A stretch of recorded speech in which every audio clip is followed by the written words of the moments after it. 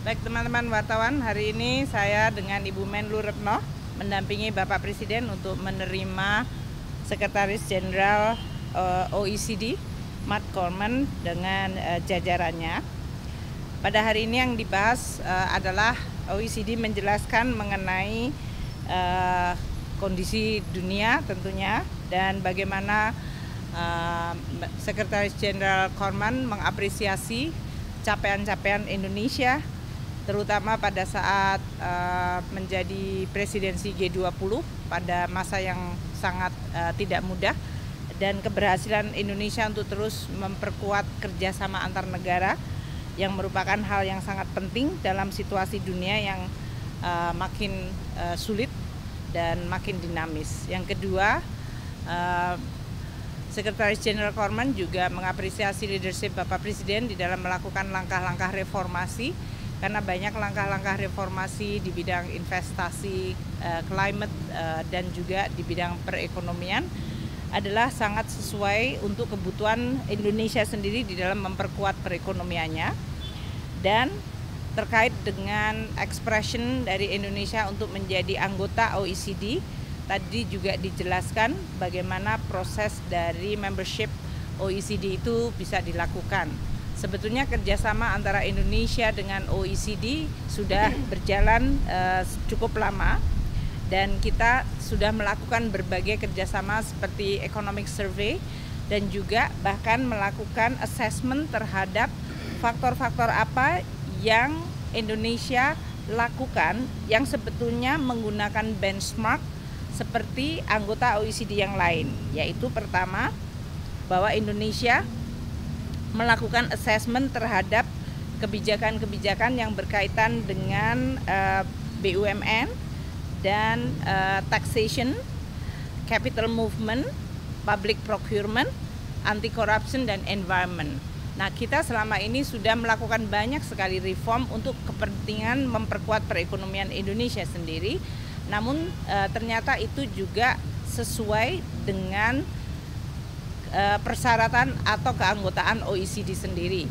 Sehingga pada saat Indonesia akan dan ingin menjadi anggota OECD, kita tidak memulai dari nol sama sekali, namun sudah banyak bidang-bidang reformasi yang sudah dilakukan oleh Indonesia yang juga sesuai dengan kebutuhan kerangka kebijakan yang konsisten dengan OECD.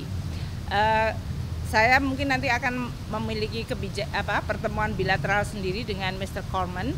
Namun tadi Presiden menyampaikan bahwa Indonesia ingin proses membership itu bisa berjalan cukup baik dan cepat, dan juga manfaat dari proses membership itu sendiri harus diyakini karena akan memperbaiki kualitas kebijakan dan juga birokrasi di Indonesia. Mungkin itu yang bisa saya sampaikan.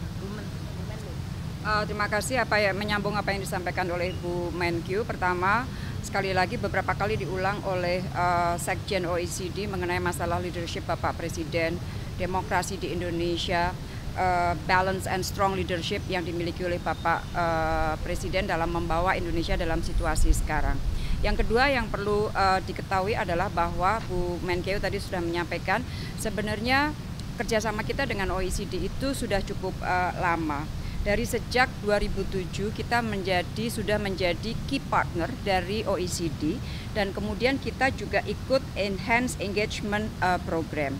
Dan OECD sudah memiliki kantor di Indonesia mulai tahun 2015 dan program-program kerjasama tadi sudah disampaikan oleh Ibu Menkyu. Dengan demikian engagement kita dengan OECD, kerjasama kita dengan OECD itu bukan hal yang baru saja, baru akan dimulai, tetapi sudah dilakukan cukup lama dan bahkan kita sudah menjadi key partners dari tahun 2007. Nah, mengenai kedepannya bagaimana setelah kita menyampaikan surat expression untuk menjadi anggota OECD di bulan September nanti akan ada pertemuan konsel OECD akan dibahas. Dan kemudian setelah itu apabila sudah mendapatkan political agreement, maka proses teknisnya akan dimulai. Nah, Bu Menkyu tadi mengatakan bahwa kita tidak mulai dari nol, beberapa policy yang kita lakukan sudah sebenarnya sudah sampai pada taraf partial compliance. Ada beberapa yang tentunya perlu dipercepat reformnya. Jadi tentunya itu semuanya akan berjalan bersama. Dan sebagai informasi kepada teman-teman, dukungan dari anggota OECD kepada Indonesia cukup kuat, cukup banyak, dan dalam beberapa hari ini saya sudah menerima surat dari beberapa menteri luar negeri yang menyampaikan dukungan kuat terhadap keanggotaan Indonesia di OECD. Terima kasih. Thank you.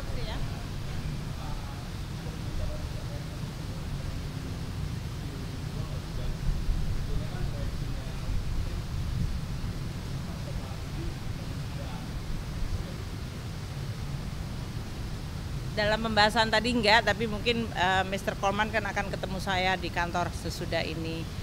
Pertama, memang pertumbuhan ekonomi Indonesia kuartal kedua yang sangat kuat ya, di atas ekspektasi dari hampir semua analis pasar. Ini menggambarkan berbagai faktor pendukungnya yang sangat baik.